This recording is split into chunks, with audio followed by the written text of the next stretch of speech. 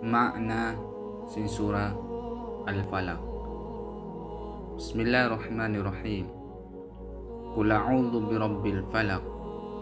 Pamungan niya Muhammad, magpatilibon ako patuhan sin lapit adlaw. Min syarri ma khalaq, dengha kangian sin amuin pia panjar. Wa min syarri ghasiqin idha waqab, iban dengha kangian sin katigit luman sin dum apabila sumaplag na siya.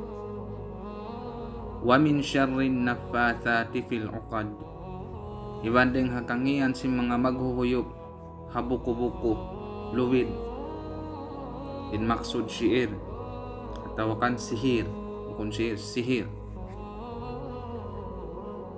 Wa min syarri hasidin idha hasad, iwandeng hakangian sin mga tao majangki apabila sila umigil jumangkina.